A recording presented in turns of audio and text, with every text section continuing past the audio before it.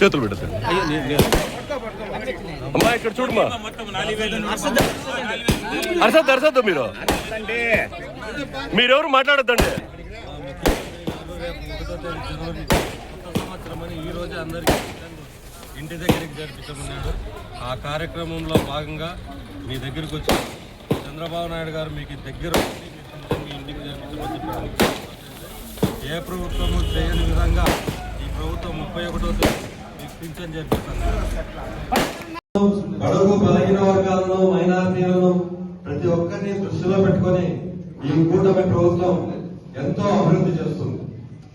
ఒక పథకాలు ప్రజలకు చేరుస్తూనే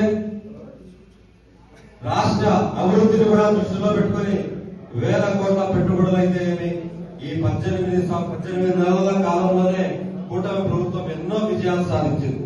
ముఖ్యంగా రాష్ట్ర ప్రజలు ఎప్పుడూ లేని విధంగా దేశవ్యాప్తంగా ఎక్కడా లేని విధంగా 96% అభ్యర్థులు తెలుగుదేశం పార్టీ ఎమ్మెల్యేలను గెలిపించి ఈ కూటమి ప్రభుత్వంలో రాష్ట్రంలో పాలన కొనసాగిస్తున్నారు.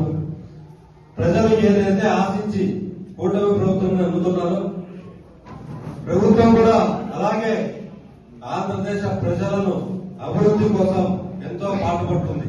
అలాగే ఎలక్షన్స్ లో సూపర్ 6 పథకాలు అమలు చేశారు. సూపర్ 6 పథకాలు ఎంత సూపర్ హిట్ అయ్యాయంటే పేద ప్రజలందరికీ ఈరోజు సూపర్ 6 అందుతున్నాయి. మిగతా కూడా త్వరలోనే కంప్లీట్ చేస్తారు.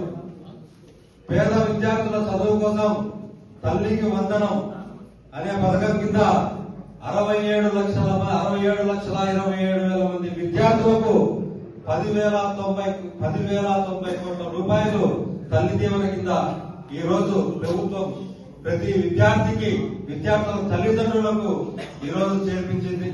అలాగే స్త్రీ శక్తి పథకం మొన్న ఆగస్టు 15వ తేదీన స్త్రీ శక్తి పథకం మహిళలు ఎక్కడికైనా ప్రయాణం చేయాలన్నా, ఏదైనా వ్యాపార పనుల మీద కానీ సొంత పనుల మీద కానీ ఎక్కడికి వెళ్లాలన్నా ఈ పథకాన్ని రూపొందించి ఉచిత బస్సు ప్రయాణం ఏర్పాటు చేశారు.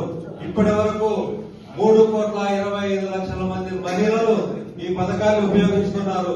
దాదాపు